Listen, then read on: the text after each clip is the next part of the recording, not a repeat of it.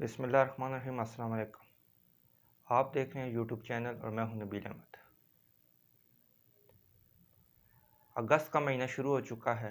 बाज़ारों में झंडियों के स्टॉल लग चुके हैं। हज़ारों कंटेनर जिनकी मालियत करोड़ों रुपए की है बाहर से इंपोर्ट हो चुके हैं। बिजनेसमैनों ने अपनी तरह की 14 अगस्त मनानी होती है, मीडिया वालों ने अपनी तरह की 14 अगस्त मनानी होती है, हुकूमत ने अपनी तरह की 14 अगस्त मनानी होती है। असल 14 अगस्त तो ताजरों की, हुकूमत की और मीडिया वालों की होती है। आवाम तो बेचारी इनकी देखा देखी में जो कुछ सामने आता है वो कार गुजरती है। 14 अगस्त मनाने का मकसद मुझे तो आज तक समझ नहीं आया। जश्न आज़ादी, जश्न आज़ादी, जश्न आज़ादी, किस चीज़ का जश्न और किस चीज़ की आज़ादी? जो आज़ादी हमने अंग्रेज़ों से हासिल की, क्या वो अभी तक कायम है? हम अंग्रेज़ों से आज़ाद हो चुके हैं। जिस्मानी तौर पे तो बज़ाहिर हम आज़ाद नज़र आते हैं, लेकिन ज़हनी तौर पर हम अभी भी ग़ुलाम हैं और ग़ुलाम ही रहेंगे। जिन चीज़ों से ये झंडियाँ, ये लाइटें और मुख्तलिफ़ किस्म का डेकोरेशन का सामान हम 14 अगस्त पर लाते हैं, आपको अगर पता ना हो तो मैं आपको बताता चलूँ, ये भी पैसे बाहर से आते हैं।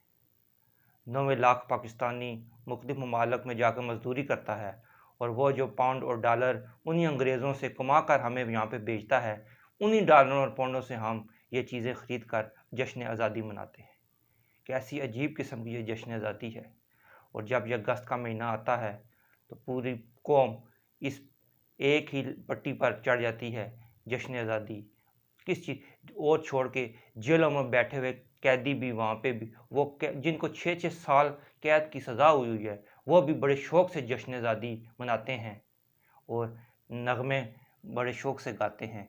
नगमा कौन से नगमे गाते हैं?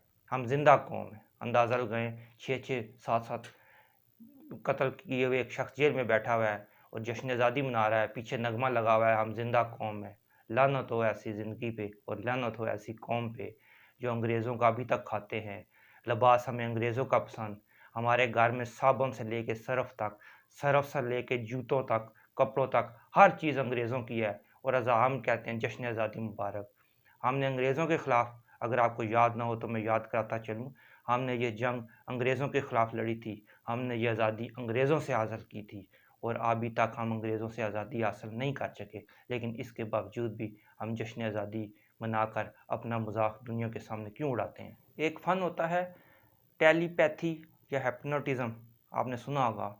उसमें एक शख्स वो लेके सामने, आँखों के सामने इस तरह उस लहराता है, तो जो देखने वाला शख्स होता है वो उसको देखते-देखते नींद बेहोशी की हालत में चला जाता है और फिर उससे जो आप उगलवाना चाहें उगलवा सकते हैं। उसको कहें दिन है तो वो कहता है दिन है, वो कहे रात है तो वो कहता है रात।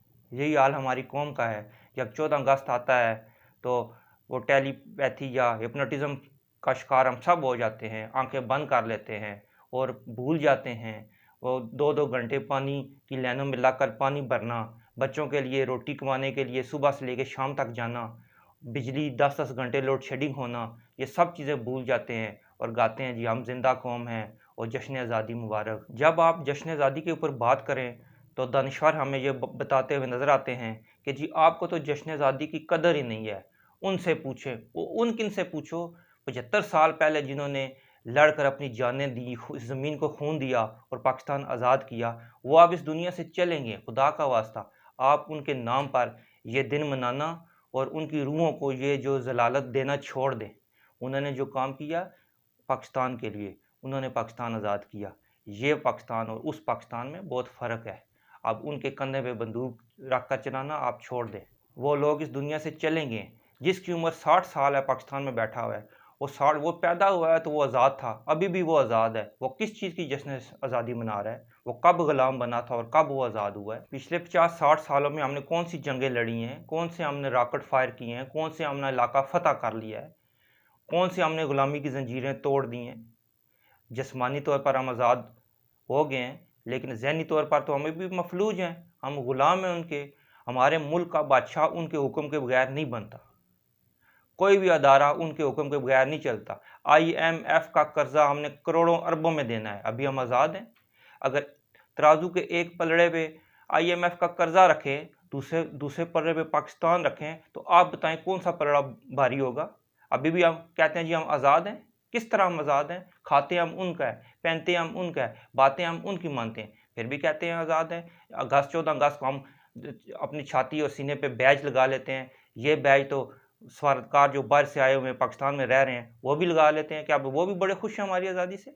साल के 364 दिन इस मुल्क को हम खाते हैं, लूटते हैं, बेदर्दी की तरह इसको ज़बह करते हैं, और एक दिन हम 14 अगस्त मनाकर बड़ा हम एहसान कर लेते हैं जी, बड़ा हमने मार लिया है। ऐसा काम नहीं है। बराए मेहरबानी ये आज़ादी वाली बातें छोड़ें।